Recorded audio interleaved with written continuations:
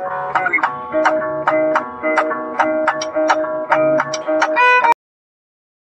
viewers, welcome back to our channel Maths Zone with PP. I am Sanjeev Kumar giving you information today about chapter 12 that is respiration in plants. तो आज हम आपको respiration in plants जो chapter 12 है उसकी जानकारी detail से देता हूँ। आप डिस्क्रिप्शन में इसकी पूरी वीडियोस की लिंक डली हुई है, वहां जाकर के आप पूरे सारे पॉइंट्स की डिटेल इंफॉर्मेशन ले सकते हैं। तो आइए स्टार्ट करते हैं। अब आज हम एरोबिक रेस्पिरेशन से चलते हैं। तो for aerobic respiration to take place within the mitochondria, the final product of glycolysis pyruvate is transported from the cytoplasm into the mitochondria. The crucial events in aerobic respiration are. कहने का मतलब हो गया कि aerobic respiration जो होती है वो माइटोकॉन्ड्रिया के अंतर्गत होती है। फाइनल प्रोडक्ट जिसकी ग्लाइकोलाइसिस होती है और पायरुवेट को ट्रांसपोर्टेड किया जाता है from cytoplasm into the mitochondria, जो साइटोप्लाज्म से माइटोकॉन्ड्रिया में जाती है। इसके जो महत्वपूर्ण इवेंट्स हैं एरोबिक रेस्पिरेशन के वो हमें नीचे दिए गए हैं। इसमें पहला पॉइंट हम देखते हैं, the complete oxidation of pyruvate by this step wise removal of all the hydrogen atoms leaving 3 molecules of CO2। यहाँ कंप्लीट ऑक्सीडेशन पायरुवेट की हो जाती है स्टेप वाइज रिमूवल के साथ में हाइड्रोजन की, और यहाँ पर CO2 मॉलिक्यूल जो है 3 मॉलिक्यूल छोड़ दिया जाता है। The passing on the electron removed as part of the hydrogen atom O2 which simultaneously synthesis of ATP। Electrons removed जो होती है वो पास होती है हाइड्रोजन एटम से ऑक्सीजन मॉलिक्यूल की तरफ, और ये साइमल्टेनियस सिंथेसिस होती है ATP की। तो इन दो पॉइंट्स को हम डिटेल से देखेंगे। अब what is the interesting to note is that the first process takes place in the matrix of the mitochondria, while the second process is located on the inner membrane of the mitochondria। Pyruvate, which is formed by the glycolysis, ये catabolism of carbohydrate in the cystosol, यह cystosol में होती है। After it enters mitochondrial matrix, undergoes oxidative decarboxylations by a complex set of reactions catalyzed by pyruvic dehydrogenase। This reaction catalyzed by the pyruvic dehydrogenase requires the participation of several coenzymes including NAD+ and coenzyme A। तो pyruvic acid plus coenzyme A plus NAD ये Mg2+ catalyst के रूप में use होती है pyruvate dehydrogenase, और ये acetyl coenzyme A plus CO2 plus NADH और H+ ion as a product बन जाती है। अब देखिए, during this process 2 molecules of NADH, यहाँ 2 मॉलिक्यूल NADH की बनती है, are produced from the metabolism of 2 molecule of pyruvic acid. ये 2 मॉलिक्यूल पायरुविक एसिड के मेटाबॉलिज्म के दरमियान बनती है। ये produce from the glucose molecule during glycolysis. Glycolysis में ये प्रोड्यूस होती है ग्लूकोज मॉलिक्यूल की। अब the acetyl coenzyme A then enters a cyclic pathways. Acetyl coenzyme A अब साइक्लिक पाथवेज में एंटर करती है। ये ट्राई कार्बोक्सिलिक एसिड साइकिल, जो ट्राई कार्बोक्सिलिक एसिड साइकिल कहलाती है, more commonly called the Krebs cycle, जिसे हम क्रेब्स साइकिल के नाम से जानते हैं। The scientist Hans Krebs who first elucidated it. तो ये साइंटिस्ट हैंस क्रैब के द्वारा दी गई थी हमें, इसीलिए इसका नाम क्रेब्स साइकिल है। अब आइए ट्राई कार्बोक्सिलिक एसिड साइकिल। इसी को हम क्रेब्स साइकिल भी बोलते हैं। तो इसे हम the TCA cycle starts with the condensation of acetyl group with oxaloacetic acid OAA and water to yield citric acid, और ये साइट्रिक एसिड वाटर से यील्ड करती है। The reaction is catalysed by the enzyme citrate synthase and molecule of CoA is released. So citrate is then isomerized to isocitrate. It is followed by the two successive steps of decarboxylations leading to the formation of alpha ketoglutaric acid. ये formation यहाँ हो जाती है alpha ketoglutaric acid की।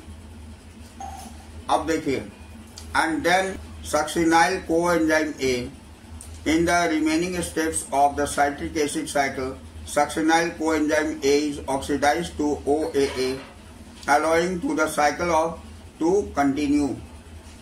अब यहाँ पर succinyl coenzyme ए OAA में अलो की जाती है ऑक्सीडाइज करके, जो कि कंटिन्यू साइकिल में हो जाती है। During the conversion of succinyl coenzyme A to succinic acid, यहाँ succinyl coenzyme A succinic acid में कन्वर्ट हो जाती है। A molecule of GTP is synthesised, तो एक मॉलिक्यूल GTP की सिंथेसाइज हो जाती है। This is a substrate level photophosphorylation in a coupled reaction GTP is converted to GDP। GTP जो है अब GDP में कन्वर्ट हो जाती है with the simultaneous synthesis of ATP from ADP। ADP से ये ATP सिंथेसाइज हो जाती है। Also there are 3 points in the cycle where NAD plus is reduced to NADH and plus H plus ion, and 1 point where FAD plus is reduced to FADH2। यहाँ NAD जो है ये reduce NADH और plus H plus ion में हो जाती है, और FAD प्लस ये रिड्यूस FADH2 में हो जाती है। The continue oxidation of acetyl coenzyme A via TCA cycle requires the continued replenishment of oxaloacetic acids, the first member of the cycle. अब in addition, it also requires regeneration of NADH plus and FAD plus from NADH and FADH2 respectively. The summary equation for these stages of respiration may be written as follows. इसको short form में हम इस तरह से लिख सकते हैं, जैसे यहाँ दिया हुआ है, pyruvic acid plus 4 NAD plus FAD plus और plus 2H2O plus ADP plus pi, ये माइटोकॉन्ड्रियल मैट्रिक्स में होती है। तो यहाँ 3 का CO2 बन जाती है, प्लस 4 NADH बन जाती है, प्लस 4 हाइड्रोजन एटम रिलीज होती है, अब प्लस FADH2 हो जाती है और प्लस ATP फॉर्म होती है। ये रिएक्शंस हमारी थी जो हमारी सीक्रेट साइकिल में होती है, यानी क्रेब्स साइकिल में होती है। We have till now seen that glucose has been broken down to release CO2 and 8 molecules of NADH plus H plus or 2 of FADH2 have been synthesized. Besides just 2 molecules of ATP in TCA cycle, you may be wondering why we have been discussing respiration at all. Neither O2 had come into the picture, nor the promised large number of ATP had yet been synthesized. Also, what the role of NADH or plus H plus and FADH2 that is synthesized. Let us now understand the role of O2 in respiration and how ATP is synthesized. अब हम आगे इस reaction के बाद ये देखेंगे कि oxygen का रोल क्या है हमारे इस रेस्पिरेशन में और ATP कैसे सिंथेसाइज होती है।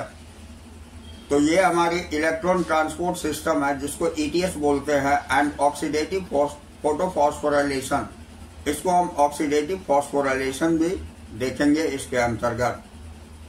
The following steps in the respiratory process are to release and utilise the energy stored in NADH plus H plus and FADS2. This is accomplished when they are oxidized through the electron transport system and the electrons are passed on to O2. यहाँ से ये जो बनती है हमारी NADH plus H plus और FADS2, इससे oxygen जो है रिलीज होती है, वो ऑक्सीजन पास आउट होती है, resulting in the formation of H2O। इससे H2O का फॉर्मेशन होता है। The metabolic pathways through which the electron passes from the carrier to another, ये मेटाबॉलिक प्रोसेस के द्वारा ये एक कैरियर से दूसरे कैरियर में पास आउट होती है, is called the electron transport system. इसी को हम इलेक्ट्रॉन ट्रांसपोर्ट सिस्टम बोलते हैं, जिसे ETS शॉर्ट फॉर्म में बोली जाती है। And it is present in the inner mitochondrial membrane, ये inner mitochondrial membrane में होती है। Electrons from NADH produced in the mitochondrial matrix, तो NADH की इलेक्ट्रॉन्स जो है ये प्रोड्यूस होती है माइटोकॉन्ड्रियल मैट्रिक्स में during the citric acid cycle, ये साइट्रिक एसिड साइकिल के द्वारा दरमियान होती है। Are oxidised by NADH dehydrogenase complex 1, जो कि हम कॉम्प्लेक्स 1 के रूप से जानते हैं। An electron are then transfer to ubiquinone located within the inner membrane. जो यूबिक्विनोन होती है एक इलेक्ट्रॉन, वो हमारी इनर मेम्ब्रेन में पाई जाती है। यूबिक्विनोन also receives reducing equivalent via FADS2, ये रिड्यूस हो जाती है, इसे हम कॉम्प्लेक्स सेकेंड बोलते हैं। This is generated during oxidation of succinate in the citric acid cycle. The reduced ubiquinone, जिसको हम यूबिक्विनोल बोलते हैं, is then oxidised with the transfer of electrons to cytochrome C via cytochrome BC1 complex, ये complex 3 है। तो complex 1 आपने देखा, ये NADH डिहाइड्रोजनेज थी। कॉम्प्लेक्स 2 आपने देखा, जो कि आपको FADH के इक्विवेलेंट रिड्यूस हो जाती है। कॉम्प्लेक्स 3, इसमें साइटोक्रोम BC1 कॉम्प्लेक्स को कहते हैं। अब cytochrome C is a small protein attached to the outer surface of the inner membrane and act as the mobile carrier for the transfer of electron between complex 3 and 4. Ab complex 4 refers the cytochrome C oxidized complex containing cytochromes A and A3 and 2 copper centers. अब देखिए, when the electron pass from one carrier to another via complex 1 to 4 in the electron transport chain, they are coupled to ATP synthase complex 5 for the production of ATP from ADP and inorganic phosphate. The number of ATP molecules synthesized depend on the nature of electron donor. ये electron donor पर depend करती है। Oxidation of the molecule of NADH gives rise to 3 molecules of ATP, while that of 1 molecule of FADS2 produce 2 molecules of ATP. Although the aerobic process of respiration takes place only in the presence of oxygen, the role of oxygen is limited to the terminal stage of the process. अब देखिए, yet the presence of oxygen is vital since it drives the whole process of removal hydrogen from system. ये system से पूरी hydrogen remove कर देती है। Oxygen act as the final hydrogen acceptor. Oxygen जो होती है ये हाइड्रोजन एक्सेप्टर के रूप में फाइनली होती है। अब unlike photophosphorilation, where it is the light energy that is utilized for the production of proton gradients required for the photophosphorylation. In respiration, it is the energy of oxidation reduction utilized for the same process.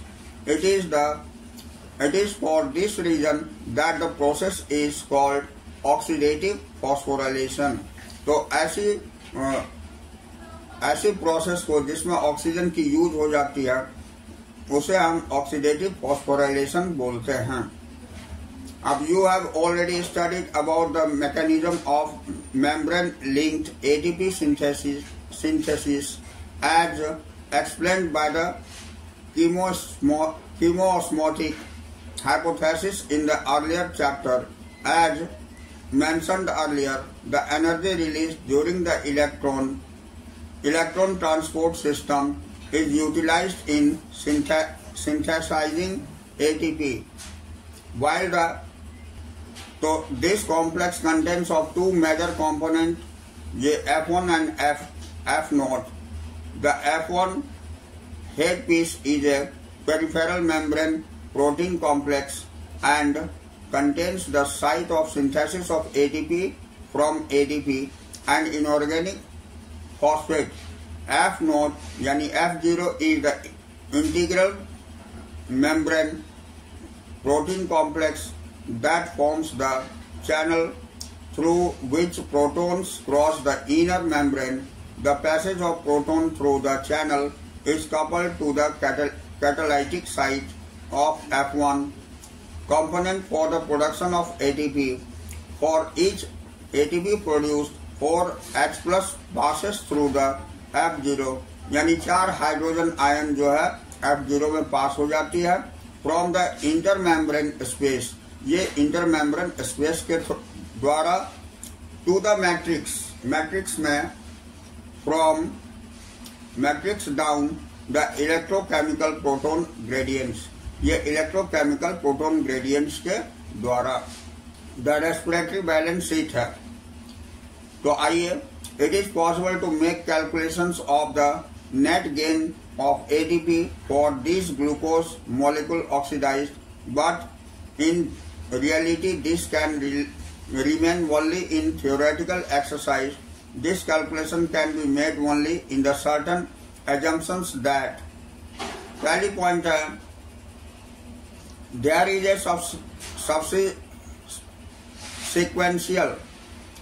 a sequential orderly pathways functioning with one substrate forming the next with glycolysis, TCA cycle and ETS pathways following one after another. Second point हमारी है, the NADH synthesis in glycolysis is transferred into the mitochondria and undergoes oxidative photophosphorylation. तीसरे point, none of the intermediate of the pathways are utilized to synthesize any of other components. चौथे point, only glucose being respired, no other alternative substrates are entering in the pathways at any of the intermediary stages.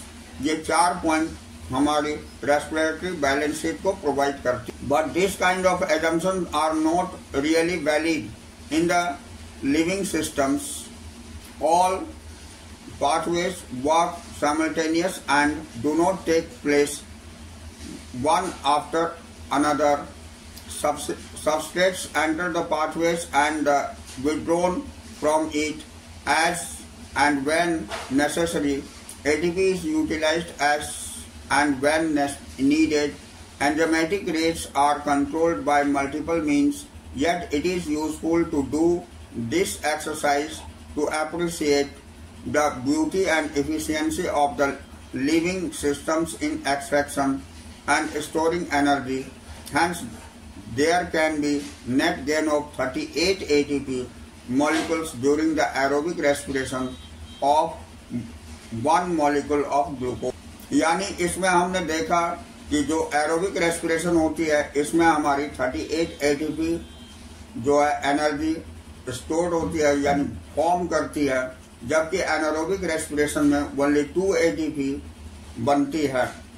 तो इस तरह ये ध्यान रखने वाली बात है. ये हम नेक्स्ट आते हैं. Now let us compare fermentation and aerobic respiration. Fermentation accounts for only the partial breakdown of glucose, where in the aerobic respiration it is completely degraded to CO2 and H2O. In fermentation, there is a net gain of only 2 molecules of ATP for each molecule of glucose degraded to pyruvic acid, whereas many more molecules of ATP are generated under aerobic conditions. अब NADH is oxidized to NAD plus rather slowly in fermentation. However, the reactions is very vigorous in case of aerobic respiration. तो ये हमने aerobic और anaerobic के बीच में जो थोड़ी सी differences और प्रोडक्ट्स होते हैं उसके बारे में जानकारी लिया. अब हम एम्फीबॉलिक पाथवेज देखते हैं. तो ये एम्फीबॉलिक पाथवेज क्या है इसके बारे में डिटेल जानकारी लेते हैं. ग्लूकोज इज ये favoured substrate for respiration. Glucose जो है मेन फेवर्ड सबस्ट्रेट है रेस्पिरेशन में. All carbohydrates are usually first converted into glucose before they are used in respiration. जितने भी कार्बोहाइड्रेट मॉलिक्यूल्स हैं वो कन्वर्ट एट फर्स्ट ग्लूकोज में होती है और ये ही यूज होती है रेस्पिरेशन में. Other substrates can also be respired as has been mentioned earlier, but then they do not enter the respiratory pathways at the first step. See figure 12.6 to see the point of entry of different substrates in the respiratory pathways. जैसा कि आप figure 12.6 में देख सकते हैं. Fats would need to be broken down into glycerol and fatty acids first. The fatty acids were to be respired. They would be degraded to acetyl coenzyme and enters the pathway. Glycerol would enter the pathway after being converted to PGAL.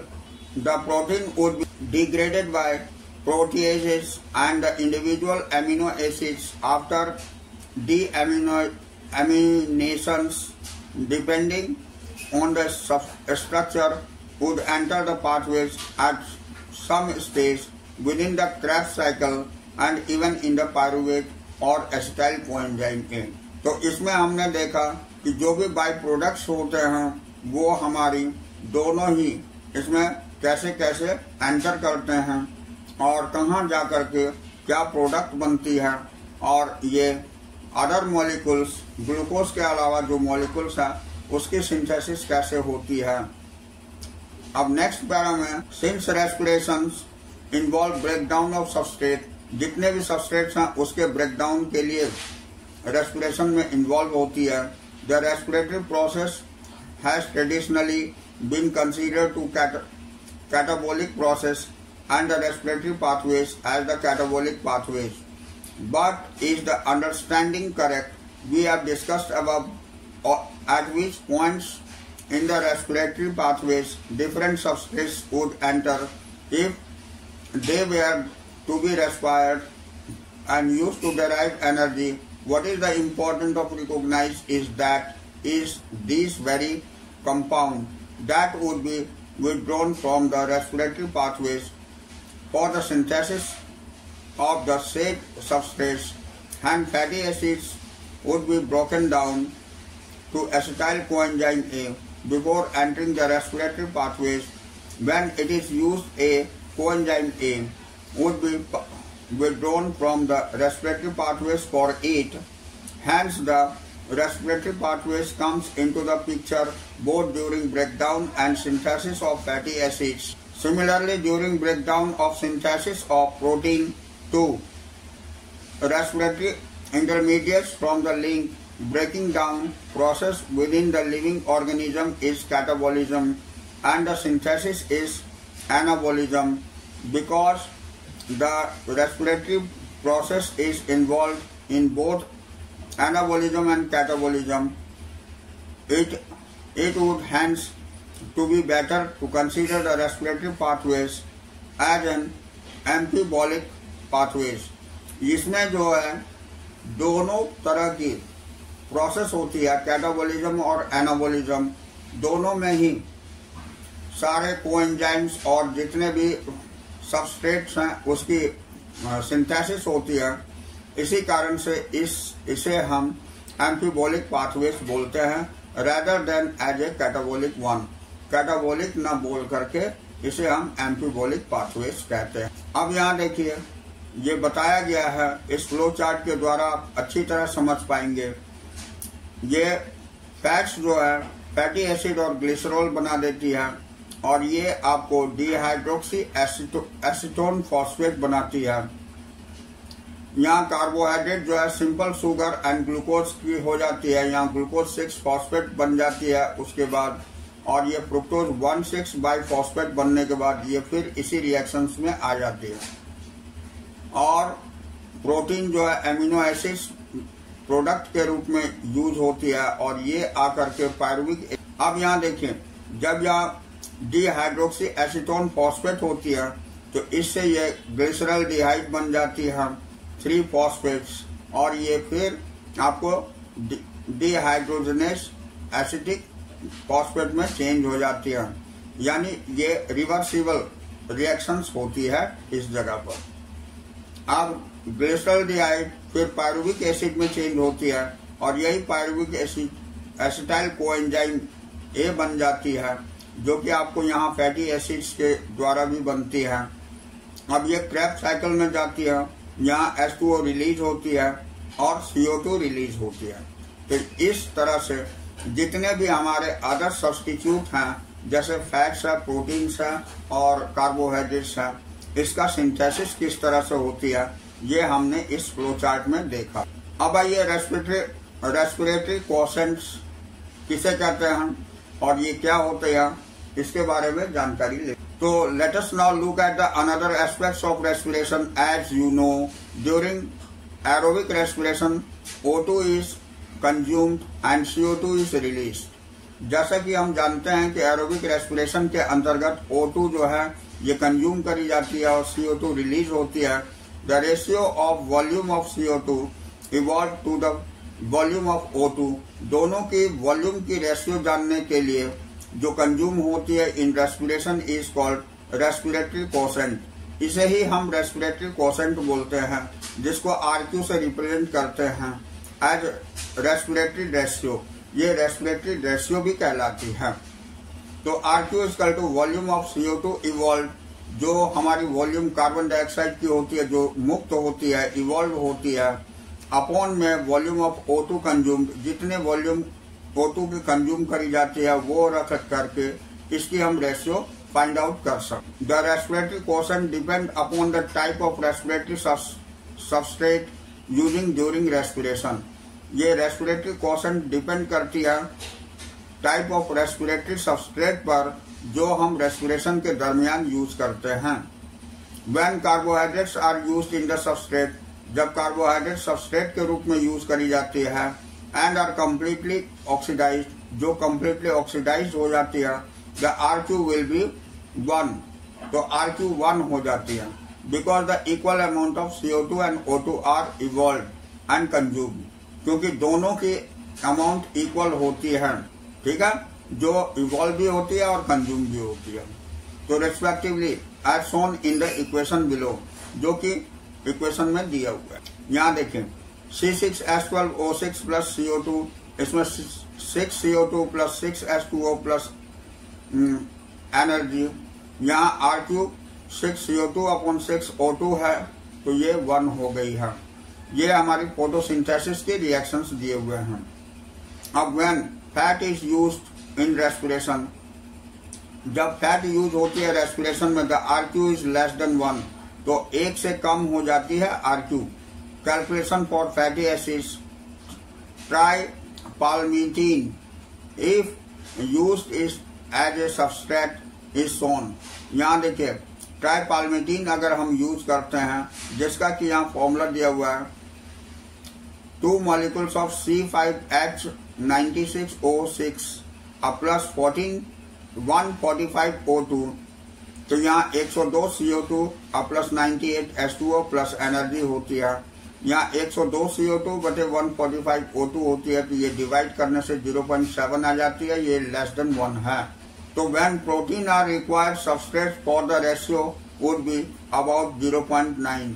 अब जब protein use करी जाती है तो इसकी ratio 0.9 आती है, तो ये रेशियो थोड़ी सी ध्यान रखनी है, ठीक है, ये भी लेस देन 1 है। अब what is the important to recognise is that the living organism respiratory substrates are often more than 1।